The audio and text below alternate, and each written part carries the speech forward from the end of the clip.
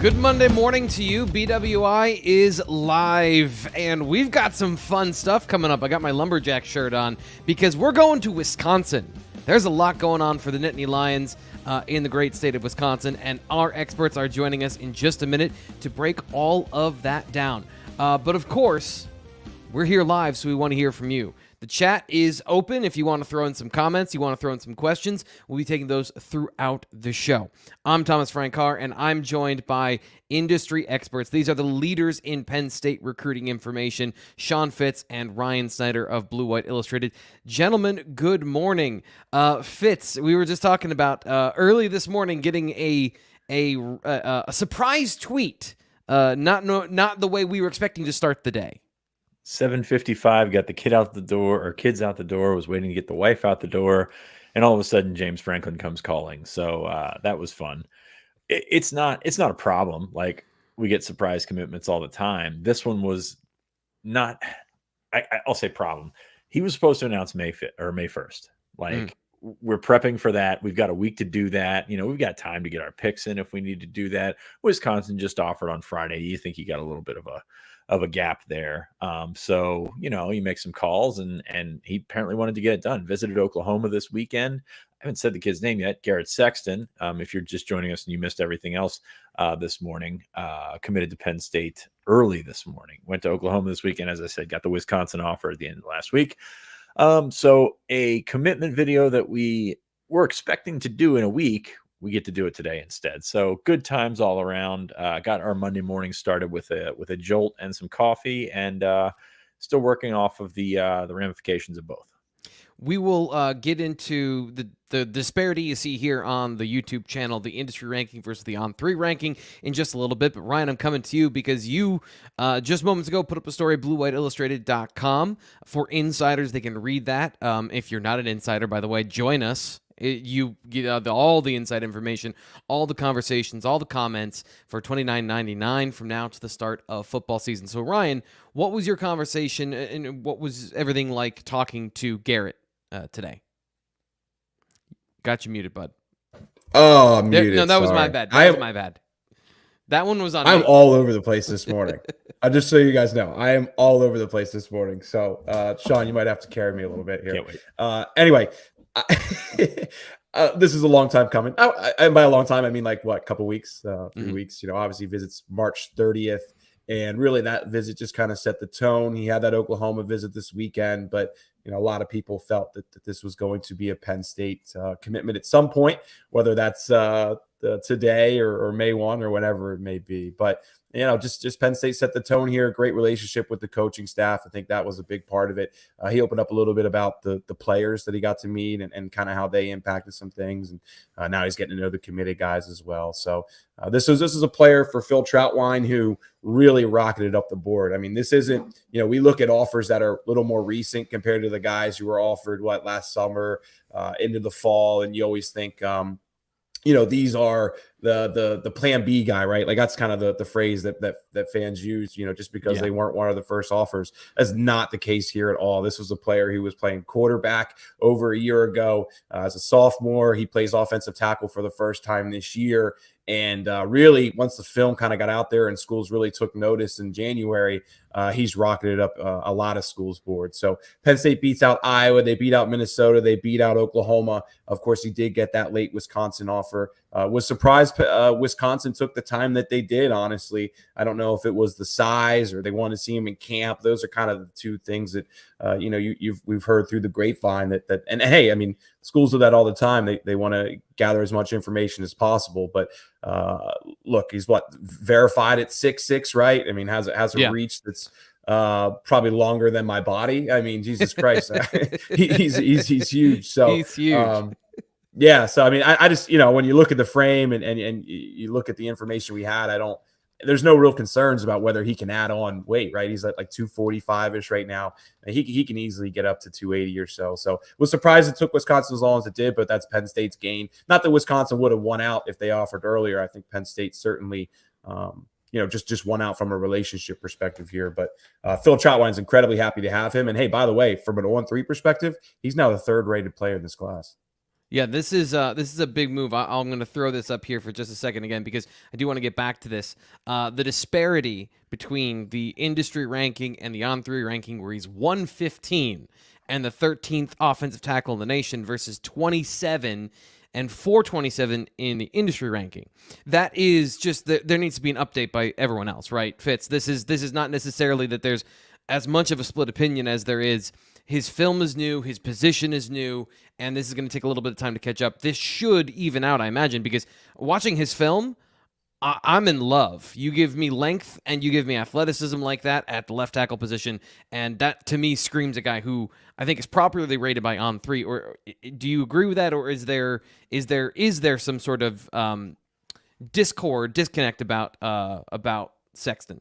No, I think it's still early pre-camp season. Of course, you probably when you're rating guys, you rate from the south to the north because those guys can do those camps in February down in Miami, and then you can't do that in Green Bay or Madison or wherever in Wisconsin in February. So I think that it will generally rise. The industry ranking will generally rise. I talked to Charles Power a little bit about this. I mean, it's a complete projection. He's 240 pounds. Like he's 60 pounds away from where he's going to be. And that's perfectly fine. Like you don't need to bring in a guy that's 315 pounds as a high school senior. I can't wait to see the projection here because like I'm a fan of the guys that you build up rather than the guys that you have to tear down and then build back up. Yeah. But there's no prototype here.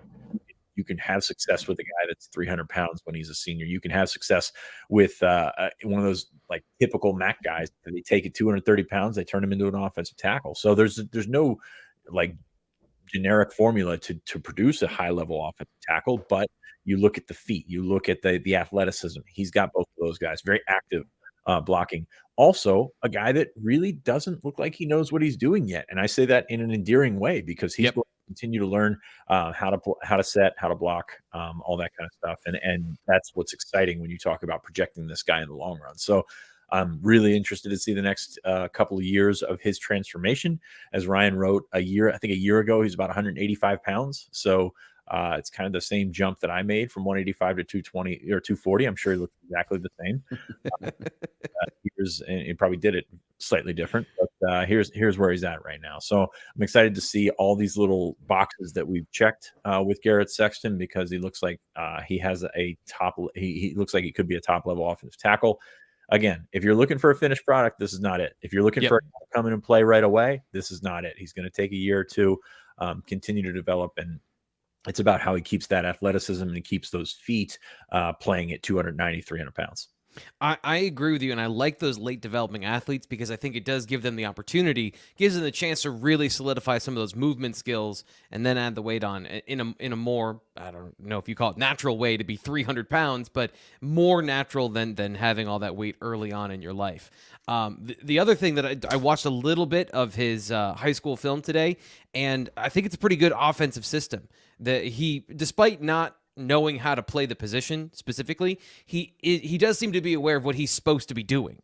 And I like that because that gives him an advantage of, it looks like it's a pretty good offensive system from a run perspective of they teach things properly. He's able to get into certain specific blocking schemes and execute them without great technique and with still great violence and length. Ryan, anything else that stands out to you about how this relationship developed with Phil Trautwein and how this kind of came together so quickly, given Penn State doesn't normally get these guys in terms of winning over Iowa, Minnesota, and I know Wisconsin is late into the game, but this has got to be a pretty good feeling for Penn State fans knowing Midwest offensive line schools didn't win to get this up-and-coming athlete that both Fitz and I seem to be super high on.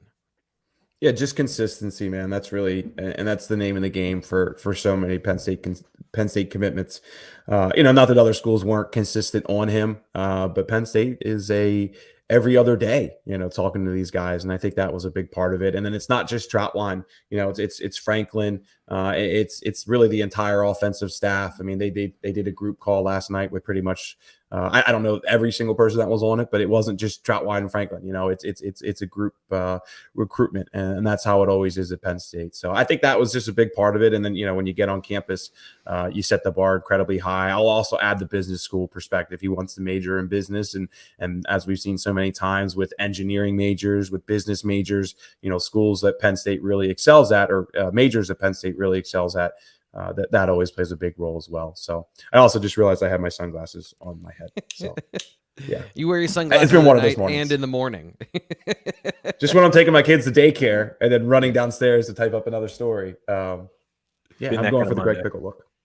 Yes, it has been. We got Steven here in the chat. He says, another very fine Monday morning, and Wisconsin. I may need to let it rest a few days before I talk to my nephew and niece, both UW grads. Wow, so Steven's got all kinds of Big Ten connections. He's a regular here and apparently well-connected in Wisconsin, as the great state of Wisconsin, not Washington, Wisconsin. We got a couple more here. Tom says, should be worried these Wisconsin guys are flip problems down the line if Wisconsin gets rolling this season. Fitz, new coaching staff at Wisconsin, is that a fair concern that maybe once they get things up and running and that they have present more of a threat to flip some of these guys? I mean, you got to keep in the back of your mind. I mean, that's kind of how things work with new staffs. I will say, puzzling introduction to Wisconsin for the Fickle staff, and I'm not going to speak for them because they have the reasons. I'm sure we're not really pursuing Donovan Harbour.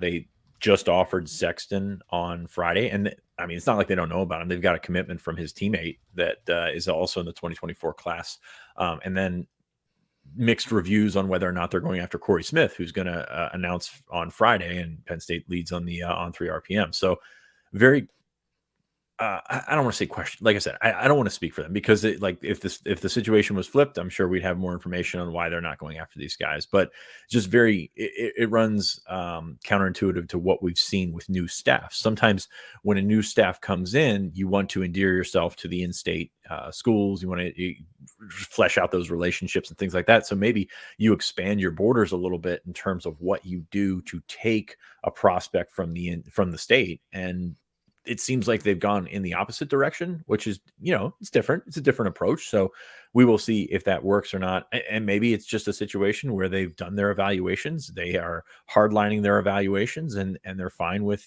not taking those guys. It's completely plausible. And it's really funny to see the reaction from one side versus the other when, we've seen this on this side as well. Penn State came in, they did their dominate the state mantra and things like that. So I think that they did open that net up a little bit wider, took some guys that maybe they wouldn't have taken if their evaluations were what they are today. So very interesting to see this little back and forth online over the last few weeks with Wisconsin, with Pennsylvania, but I'm sure they have their reasons. Luke Fickell's damn good coach. I mean, they've done some really, really, really good things at Cincinnati, and I guess they're trying to make that work at Wisconsin as well.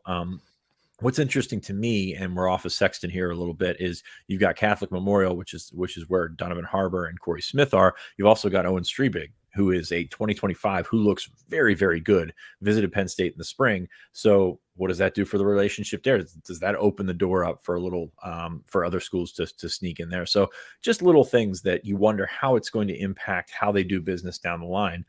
If it's as simple as making their evaluations and sticking to it, I commend them for it. Like that's a very tough thing to do in the situation that they're in. But they find themselves, with this perception that they're losing the state already, and that's not a good thing. Whether they wanted this kid or didn't want this kid, or lukewarm on one or two kids. Subscribe to BlueWhiteIllustrated.com for more information on Garrett Sexton and his commitment to the Nittany Lions. Of course, we'll have a T. Frank's film room. There's a backlog of those going on right now because of this recruiting run, but we will be getting to all of them. So make sure you subscribe, and of course, if you're watching this, please like the video. Okay, another question here. I'm going to modify this for Ryan. Jacob Reynolds asked, do you think O-line recruiting will help draw the next big QB prospect, or is that going to hinge more on the QB play? Ryan, I'm going to actually modify this a little bit, go from quarterback. Does this put pressure on another offensive lineman now that we've had, I know Caleb Brewer is listed as an athlete, but 3 offensive line body types commit in the last 10 days. Do you think that puts pressure for a William Satterwhite or another player at tackle that might want to join the class? Do you think that puts any added pressure of these guys wanting to join? Potentially. Satterwhite, not as much. Kevin Haywood, not as much, just because they seem set on their ways, and they've been, Penn State's been recruiting them for how long and telling them for how long now that they're top targets. So, but I mean, I'm sure there's a wide net at offensive tackle, and we'll keep digging on that here in the coming days. So I wouldn't be shocked if there's somebody down the road, whether it's a Kai Greer, an Egan Boyer, maybe not Aiden Lynch. We're trying to think of some other guys who could potentially. Grant Bricks, yeah, that's a good one there. Just guys like that, that we know Penn State's high on. We know the player likes them too, but just kind of gone under the radar a little bit. I think we have a pretty good feel for Haywood and Satterwhite. Just as the answer to the QB question, I mean, to me, it's just all about Drew Aller, right? Drew Aller performs this year. I think it'll help them. I mean, obviously, we have a guy like Van Buren who will probably announce before them. Penn State just handed out another quarterback offer. We'll talk about that in a minute, but to me, it's Penn State's going to get another 5-star quarterback at some point. Drew Aller needs to reach his potential on the field this year, and that's really how I think we'll see that play out. I mean, to me, I don't see any 5-star quarterbacks or any elite quarterbacks in the 2024 class. Quality guys, right? Van Buren's a quality 4-star guy. Ethan, is it Grunkmeyer? I'm trying to remember his last name. Yeah, I mean, he's a guy who's certainly moving up, and I think we'll see him potentially move up in the rankings here in the coming weeks. But if Penn State's going to land a 5-star player, it's going to be like a Cutter Boley in the 2025 class, something like that. We have, by the way, in the chat here. Let me pull this up because this was very interesting for me, and I am going to miss it. No, here we go. Corey Smith in the chat says, "Way to go, Arrowhead, Wisconsin," with an emoji. Let's move on to Corey Smith, spelled a very different way. The pick is in for Corey Smith. There is an RPM pick from one of the two of you in the chat. So please reveal yourself and your reasons for why you're saying Corey Smith is going to be a Nittany Lion. Well, both of us have picks in, I believe. Oh, Sean, you put one in, right? Yes, I did. I put one in last week. Yeah. Well, the latest one was from you, right, Ryan? Yeah. I mean, and this was one that we could have easily made after the blue-white game. I've talked about it before. I thought he was going to commit at the blue-white game, and just family just wanted to make sure. Hey, let's just talk about a little bit more of the days and weeks ahead. But he is.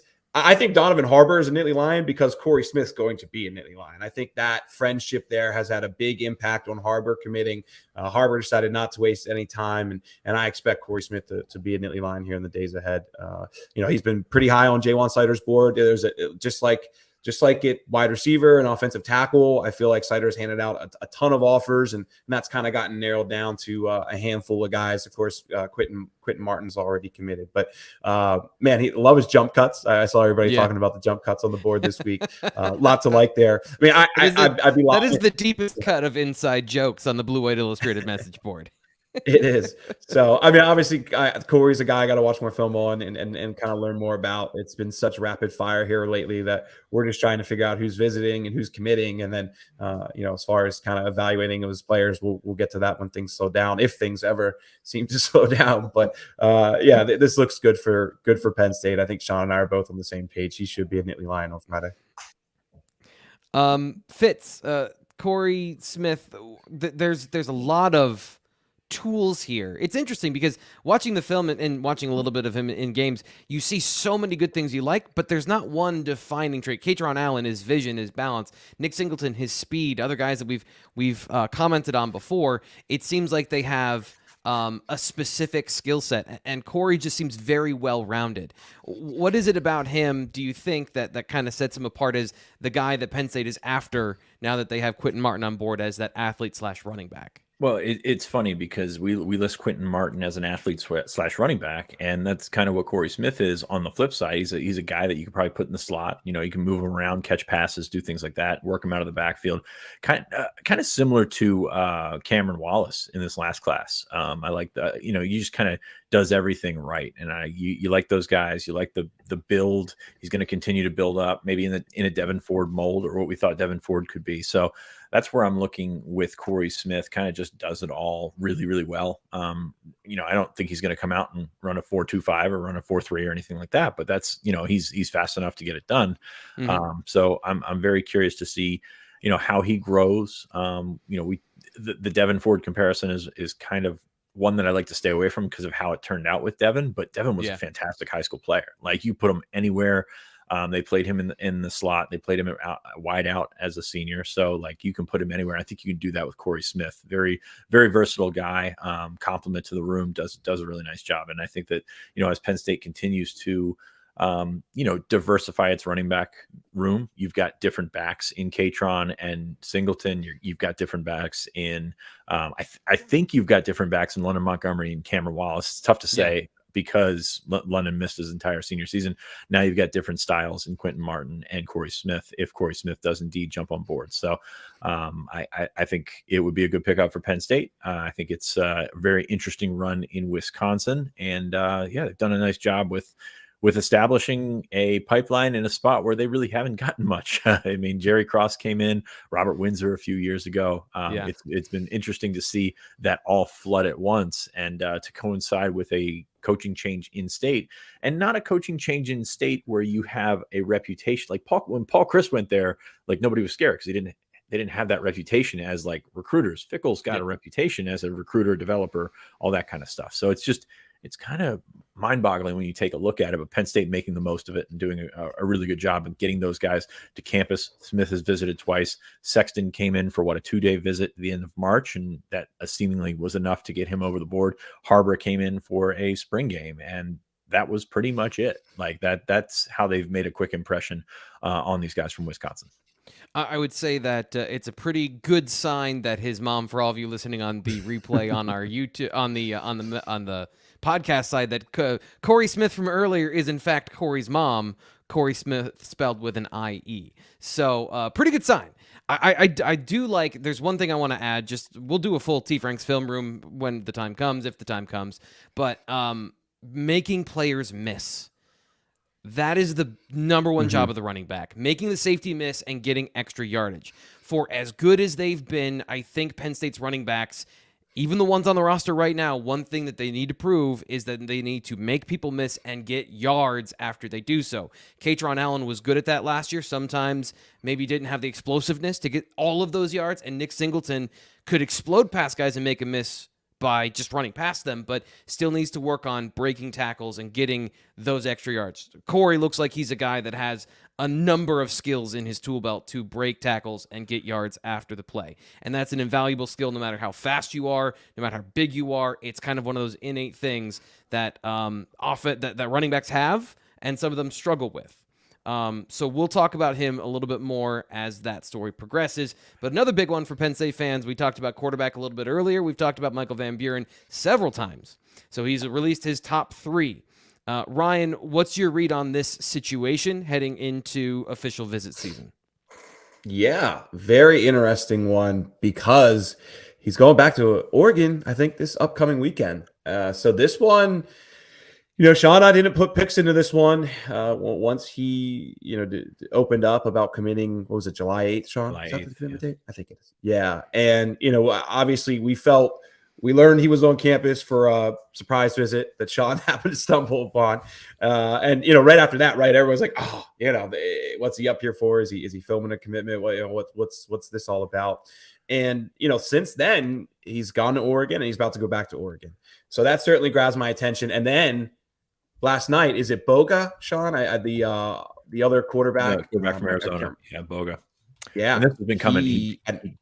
Delayed his decision. He announces he's not going to commit. Go ahead, Sean. Take it. Delayed his decision. Sorry. He was going to commit next Friday. I think all signs pointed to Oregon. But he's made a change. And this was something that was in the works before he went over the weekend for the spring game. Or no, he went for a visit. So Van Buren 2 weekends in a row. That doesn't sound good for Penn State. I mean, you look at what they've been able to do, and he's always been high on Oregon. Let's not get wrong here. It always seemed like it would be Penn State or Oregon, but it seemed like things were trending after that last visit to Penn State closer to home. A lot of things make sense for Penn State there. But yeah, I can't say that one sounds good for Penn State right now. Just 2 weekends in a row cross country. Let's do some logic building here, and it's not ideal for the Nittany Lions. So, by the way, they offered a player this last week. They did. So let's dig into that a little bit. Tell me a little bit more about that situation then, Ryan. Yeah, I'm in the process of learning it. I'm hoping to have a story up on Ethan later today. One of Brad Mandler's up and coming proteges, right? So you have that former, of course, anyone who doesn't know Brad, he was Drew Aller's trainer, still is Drew Aller's quarterback trainer. So there's a great relationship there with Mike Yurchich.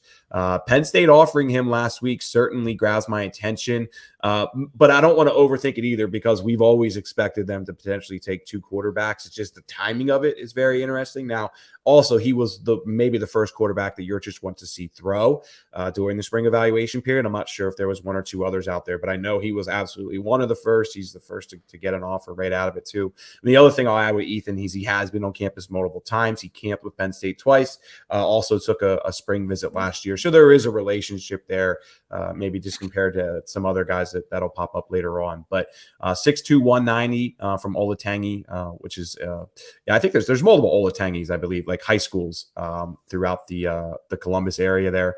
Yeah, he's been out. So we had a brief talk the other day. He's been to a Penn State whiteout game, and you know what the Penn State whiteout game that he attended? The 2016 one. And you know why he was in attendance?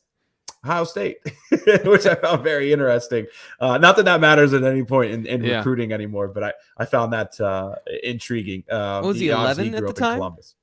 I'm not sure. I'm trying to do the math right now. He's probably 17. Yeah. That was, he was probably 10 or 11 at the time. So that's, oh, wow. I feel old. But that's cool. I mean, it's cool that he was able to attend a whiteout game, right? I think that was kind of the big takeaway from it. And not only that, he attended the whiteout game over the last decade that I think everybody points back to as one of the best experiences they've had in Beaver Stadium. So we'll see what that means for his recruitment. Minnesota certainly seems to be in the mix. He's told me he went to Northwestern Indiana as well, but he's going to get back on campus here very soon. And as long as some of these visits go well, I wouldn't be shocked if Penn State surges to the top. So is it fair to say Penn State's quarterback board, which was never closed at any point, is even more wide open after this, Fitz? Or how do you feel about the situation heading now into the end of April, beginning of May? Yeah, I think it is open. You've got obviously Van Buren's still there, still plugging away on Luke Kromenhoek. You're not going to give up on that one, given all the time that you've put into to that one. Samaj Jones, I think Samaj Jones is going to go to West Virginia, but this maybe opens the door a little bit for him. Grunkemeyer makes sense. Grunkemeyer has the feel or the look of once he gets the opportunity to do so, I could see him being in this class. Minnesota offered last week. You mentioned Northwestern, Indiana offers. So he's got good tape. His size is not anything to write home about. Just under 6'2", I believe, 190.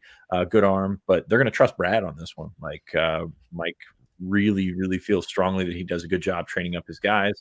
One of the first stops every time he goes out on the road is to go see those guys throw, and Grunkemeyer is a guy that fits that profile. So I think it is a guy that Ryan kind of said this earlier, we were expecting him to go see more quarterbacks, offer more quarterbacks, but we kind of did that with the expectation that one of the quarterbacks in the class would end up being Michael Van Buren, and then they would take another one on top of that. So we'll see if that remains to be the case with the latest developments with Van Buren. You're kind of wondering where they're looking right now, and Grunkemeyer was one of the first ones they went out and saw. Not to toot our own horn, but one of the first interviews in the Penn State sphere that Brad Mandler did was here on the BWI Daily Edition. So if you want more information on Penn State quarterbacks, you want to be in the know, this is the place to be. Also, guys, we are taking the James Franklin approach to morning shows because we have not one but 2 Penn State potential Penn State recruits, moms in the chat. Not only Corey Smith, who might commit to the Nittany Lions, but also Latasha Harbour, Donovan Harbour's mom, and she wants to correct and says, I'm sorry, Donnie's mom. So apparently he goes by Donnie Harbour. So we are killing it with the moms, which has always been the strategy. That's the key. That's always the key. Yeah. Anything? We had Kenny. Wasn't Kenny in the chat last week? Kenny was there a couple weeks ago. Yeah. Okay. Anything left on previewing official visit season? Anything upcoming that you guys are interested in dissecting or previewing? Because that's, evaluation period is right now, and I'm sure we'll see more offers and things like that. But the next big ticket item, official visit weekend, when all the photos come out, then you get all the good juju vibes coming after that. Anything you guys want to set up for that time coming up, Ryan? Yeah, I'll take that. So if you go over to the site now, we confirmed a massive official visit this morning. Of course, going to ask you guys to subscribe as always to learn the latest on that one. But he's certainly a player that I think everybody would recognize, and we're happy to see that he is now locked in for an official visit. We had another player last week too, who's locked in, who I won't touch on. Again, really push for you guys to subscribe. We appreciate it. But the one player I will mention publicly is David Polly, the defensive lineman out of Hempfield, who of course is outside of Lancaster, PA. He came up for an unofficial visit about what was it, almost 2 weeks ago now, and has locked in an official visit with Penn State. Michigan has also locked in an official visit with Penn State with Polly as well, and I do feel pretty good that those two schools are certainly rising to the top there. So let's see how things play out. I wouldn't be shocked if he sets another official visit or two with other schools, but right now it feels like Michigan and Penn State are clearly at the top there with Polly, and Penn State's certainly pushing hard. Both schools are pushing hard. And look, the defensive tackle, again, I think I've mentioned every position now that's incredibly important. Offensive tackle, wide receiver, running back board was really big too, and then defensive tackle. These are all positions that Penn State plans to take multiple guys. Defensive tackle could be maybe 3 or so. So they want to get guys on board here as soon as possible. Fitz, you have anything, or we can get on to the next thing if you don't? I think it's interesting. Before we get to official visit season, May 21st, the Elite 11 Regional is coming to State College Area High School. And that is interesting to me because the visit window is still open. So, if Penn State wants to have quarterbacks come and not throw for them, not work out for them, but come to campus, maybe that Friday or Saturday, or I think the camp is actually on Sunday, come to campus, check some things out. And that might open the door to get some more quarterbacks in here, more guys that are looking to get into that Elite 11 fraternity type thing. I expect Grunkmeyer to be back on campus that weekend to throw, I believe, and some others, or I'm mixing it up with some other quarterbacks that I've talked to. But I think that's going to open the door a little bit to get some guys back on campus this weekend or that weekend to maybe expand the quarterback board there. And I know it's 4 weeks out, something like that. So it kind of, you're going to get impatient waiting for those things, but it's nice to have that in your backyard. It's nice. It's nice to get that going. They used to have the State College Nike camp every year, and it brought a lot of guys from all over the region. The Elite 11 is interesting because it doesn't have to be regional guys. Like, it doesn't have to be guys from New England and Pennsylvania and Jersey and all those things. You might see some guys pop up from Florida or pop up from Texas or pop up from, anywhere in the country, and that's going to help you. So in terms of quarterback recruiting, like I said, you were kind of leaning on to the fact that you thought that Van Buren was going to be in this class. Maybe it opens up a little bit, but maybe you get a little bit back from the State College Elite 11 camp where you get some quarterbacks on campus the weekend of May 21st. It's interesting. It just jarred my memory. Last year's quarterback situation went deep into the summer. I mean, we were there at Jackson Smolik, coming to Penn State, camping with the Nittany Lions, getting an offer and accepting it all the way late July, early August. So it's been dramatic for the last 18 months, and it looks like it's going to be pretty dramatic this summer as well. So it's always exciting when there's quarterback news and then when there's quarterback drama. Our next segment went pretty well last week, so I want to get into this again. We're going to read what you guys wrote and then react to it.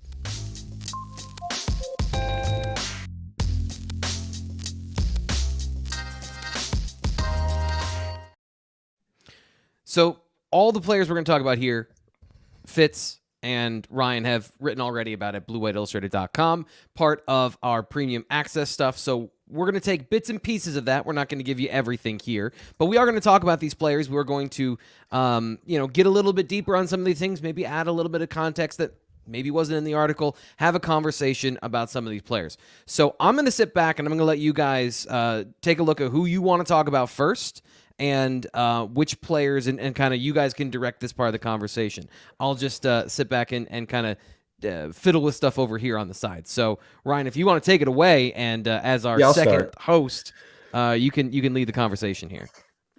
Well, I'm not very good at hosting, so let's not set the bar too high there. Elijah Newby, I'll start with though, just linebacker prospect out of Connecticut, came up to Penn State. Man, what was that now? I think April 10th, I want to say, for a personal day with the staff. He was, I think, the only player on campus that day, which is from the talks I've been having now, and as we often see, when they get the whole staff to their own on a day, it really has a big impact. But I think the big thing to know with Elijah is those 100-meter times that everybody's going crazy about. He's run multiple. First off, he's 6'3", 205, and has run multiple 100-meter times under 11 seconds. I mean, there's even a hand time out there of 10.6, which is just insane for a player that size. So just certainly seems like a guy who's moving up Penn State's board quite a bit. He's been in Nebraska. Nebraska seems to be a serious player there. I believe he also went to Duke. But he still has a lot to kind of figure out, a quality offer sheet. But this feels like a guy who, if Penn State's going to push hard for, and right now it feels like they are, that Penn State should be in a good position with. So keep an eye on him here in the summer ahead. Sean, I'll go into Xavier Porter as well, defensive lineman out of Tampa Catholic. Another guy who I do expect to take an official visit to Penn State in the summer. Interesting kid. First off, awesome kid. Interviewing him, I was really impressed. Just a very smart individual, guy who absolutely would fit Penn State really well. One thing, I guess the one concern, is that he recently got measured at like a little under 6'2" at 265. So as a defensive lineman, Penn State obviously wants to see guys above that 6'2" range, maybe 6'3" or so. So Penn State's, I'm not going to say that's going to scare Penn State away. Penn State will obviously be wanting to get him on campus and verify their own measurements as well. But that's one thing to keep in mind with there. I know he has an official visit set to Penn State for the summer. Kansas is another school who also has an official visit set with him. And then there's Oklahoma and Florida State. Those are the two schools. He's been to Oklahoma already. Florida State he's been to multiple times. Those feel like the other schools who are firmly in the mix here. So just another defensive lineman to get to know. But really until he gets on campus, it's hard to pinpoint exactly where he's at on Penn State's board, and obviously his interest in Penn State as well. But I expect him to be here later this year. I'd say being a little bit shorter, though, I like his length. Just watching here on film, I think he's got good length for his size. So that's a bonus for him. Yeah, for sure. We'll see how things play out. Sean, go ahead. Is there anybody you want to talk about? No, with Porter, I was surprised. I know he's been to some places, maybe measured a little bit shorter. Like watching his tape, told me he's 6'3", I'd buy that he's 6'3", but it doesn't seem to be the case. And that's important because you've got guys that you're not going to get on campus unless you take, use official visits. We saw it last year. They brought in the linebacker last year that we thought was ready to commit to Penn State, and he ended up being 175 pounds. And it's just like, you can't take that kid now. So that's kind of where things stand with some of those guys that aren't going to get on campus before official visit season. So it's very much wait and see with Porter. If he gets in, has good size, fits in with what you're trying to do. And I think that's the other thing. It's not just data points. We're not just plugging spreadsheets into a database to see if they work. It's got to be a personality fit, got to be a family fit, got to be, if you're 1,000 miles from home, you have to be able to be comfortable and be fit in here. So I think that's important to learn with Xavier Porter. As that official visit list continues to grow, remember to check it out on BlueWhiteIllustrated.com. I know Ryan's been all over that. As he said, announced another big one today. Other than that, I had a Kelvin Ryan interview that ran over the weekend. It was kind of distance from the site all weekend, had some family stuff to take care of. So, but I got the Ryan stuff up there. Interesting kid because you look at his athleticism, you look at his size, everything you like. He was up for the blue-white game. He was up last year for camp, ran like a 4.5 for the staff in camp. So athleticism, definitely there. Quarterback numbers, completion percentage a little lower. Good. The team record, not great, but he throws some nice balls on film. Be very interested to see his development. Ryan, you've often mentioned when we talk about Kelvin Ryan, you see his scouting numbers, you see his, his testing camp stuff, and you were wondering why Penn State didn't offer until this spring. There's questions about whether or not he's going to be a quarterback at the next level. And I think you see some things like this throw right here, very good throw. But then you wonder, how does that sort of come together with completion percentage with the record, all that stuff. So very interesting prospect here in Keldon Ryan. I think he's going to be back in May or June. Maybe comes to that Elite 11 camp, works out. Maybe comes to regular camp, works out, sees where it works. So very curious to see how this goes. He's a 2025 prospect, so there is time. But he's got a lot of I think he checks a number of boxes, but maybe just doesn't have the full array of everything right there. So it'll be interesting to watch that one coming out of Texas in 2025. Yeah, his highs are very high. Like watching those highlight film throws, decision making, accuracy, like he reads the defense perfectly. I love a lot of what I see there, but you're right. Like it is about the quarterback is as much as the offensive line is down to down consistency. How good can you be from play to play? Because you got to be on all the time. Mm-hmm. Ryan, I want to go back to newbie because the numbers you gave were staggering. And, you know, when you throw that in with Luke Reynolds, like what is in the New England water up there? Why are there so many awesome athletes? Because these aren't the first two really good athletes to come out of that New England prep school system.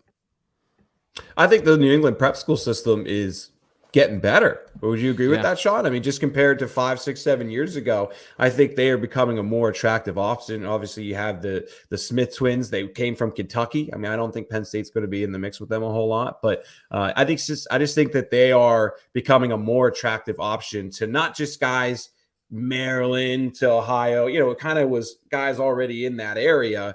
Now they're kind of expanding a little bit more and you know, just becoming, like I said, a more attractive option to guys really up and down the East Coast. But it's also just a good year for players in that area. I mean, I think that's just something else to note. Of course, you have Benedict Ume, who is originally from Canada. That helps as well. I think you've seen more and more top Canadian players. I think just the whole Toronto, Ottawa area is kind of getting more and more into the prospect scene, although they've always been there. I think we're seeing more results or more high caliber guys, and a lot of them are being funneled to the New England schools as well. So I think it's a combination of things, man. They're getting the attention of more players. It's a good year, and then you add in some of the Canadian players who are coming over.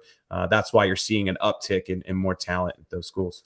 And you've seen in the last 10 years, maybe this was Petty School, Hun School, Blair Academy, stuff like that in Jersey. Now you're seeing it in New England, and those coaches up there have made it a point to go out and get players. Like this is not a situation where, you know, it kind of breeds, you know, success breeds success, but at the same time, they've gone out and they've done it like they've been very firm, like on the front foot in terms of getting these guys to schools like that. You mentioned those guys. I mean, Freiermuth came from New York, went to New England prep school. Andrew Rappelier did the same thing. So you've got guys that have been success stories at a number of schools up there, and you know, it sort of rotates which school is the strongest. I know Cheshire is really strong this year. You know, we've seen other schools that have popped up and done a really nice job.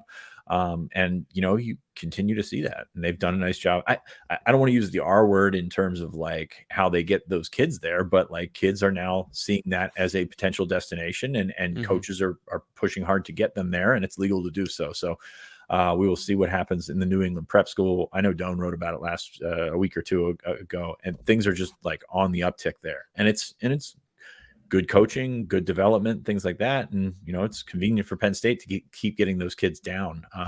You mentioned newbie. There's like 5 or 6 guys at this one school at Cheshire Academy that are Penn State level or, you know, this level of prospects. So, you know, they're going to send a couple of coaches through there. They're going to send some guys to work, you know, to watch these guys work out. And, you know, so far it's been pretty good for Penn State. It's been pretty good for some other schools. I know Michigan hammered that area under Don Brown. You know, he was very interested in that. And now he's, of course, coaching up there as well. But yeah, there's a lot to like in New England. It's almost, you know, you would rather funnel those kids that are going to go somewhere else up there than have them go down to IMG or somewhere else like that. So I think that's worked out so far for Penn State. It helps that Penn State is one of the biggest schools in the Northeast, and I know if you include Michigan and Ohio State in the Northeast, that it's the same schools they're recruiting against otherwise, but Penn State has seemed to do very well in that area. Last question from me on the show today, and Fitz, I'm going to come back to you for this one.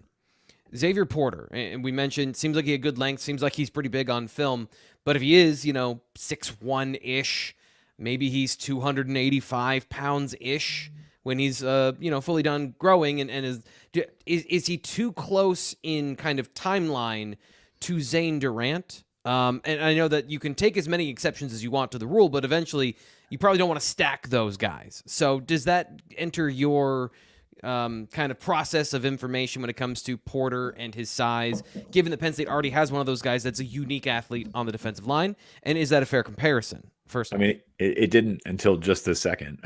You've got you don't want to take too many guys that are like in that 6'1" realm. You know, like that. You know, it's not just about height; it's about length. It's about how do you put on that weight. To like, I think Jasir Whittingham is a really good really good example here. He might be 6 foot. I don't think he's quite there, but he's a phenomenal player. Like it was kind of like it was with Ellison Jordan coming out of Gilman a couple of years ago.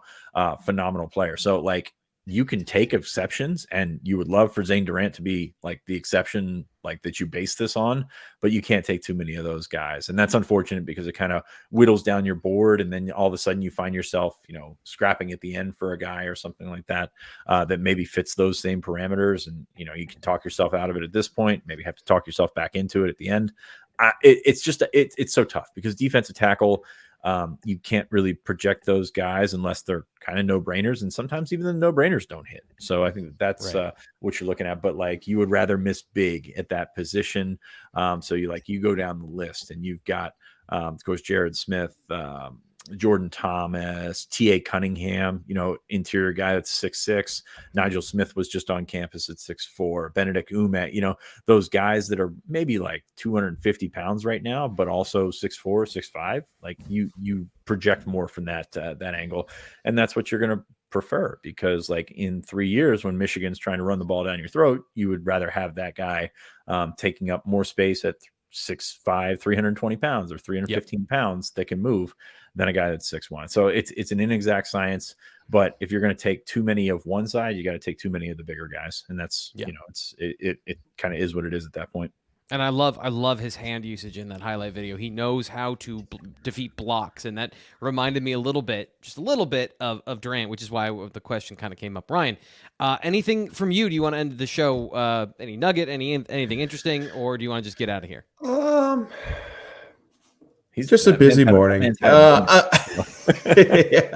Man, I'm rushing my kids out the door, and that was not fun. Wife had a It's 11. Call, it's 11 o'clock, and you've already done like a full day's work. So yes, I believe it. Yeah. No, I mean, just I think this week we'll be working. I would say keep an eye out for more offers. With it being the spring evaluation period, Penn State handed out 5 2024 offers last week, and I think it was over 10 offers total. So coaches are going to be on the road pretty much all throughout the week. As we get later into May, they won't be out on the road quite as much. But with this being the beginning of the spring eval period, pretty much everybody's going to be out there. I will say I saw somebody ask in the chat earlier about did Benedict Ume make it to Michigan and Notre Dame. I don't believe he did. That's obviously getting Ume out to other schools, and to Penn State has been a talking point for pretty much everyone of late. Again, he's away from his family, so it's kind of on the staff there to get him out. It's not going to be easy. I think official visits are going to have a big impact, but it's good for Penn State now that he's been on campus here and isn't able to get other places. So other than that, pretty easy day, I'll say. Chris says, appreciate all the hard work, guys. I appreciate it as well. Sean Fitz, Ryan Snyder doing an awesome job. I don't think there's an off button on the news and information. So enjoy BlueWhiteIllustrated.com, subscribe, get all that information, and be in the know. And if you want to have a conversation about it, we had an awesome chat today. Thanks to Corey Smith and I'm sorry, I forgot. Latasha Harbour. Latasha, thank you Latasha Harbour. I didn't want to say it wrong. I thought it was Latasha, but I didn't want to say it wrong. Man, like Ryan and I will piss off as many dads as we can. We stay away from the mom. I don't want that. Yes. That's why I said, oh shoot, I want to make sure I get it right, which is why Ryan once again coming in with a save. Thank you to Corey Smith and Latasha Harbour for joining the show. We had an awesome show today. Join us every Monday at 10 a.m. as we talk recruiting. I'm Thomas Frank Carr, Ryan Snyder, Sean Fitz. We'll be back on Wednesday as we break down maybe a little bit of draft, which is coming up this weekend. Talk about Penn State players going on to the NFL. We'll talk to you then.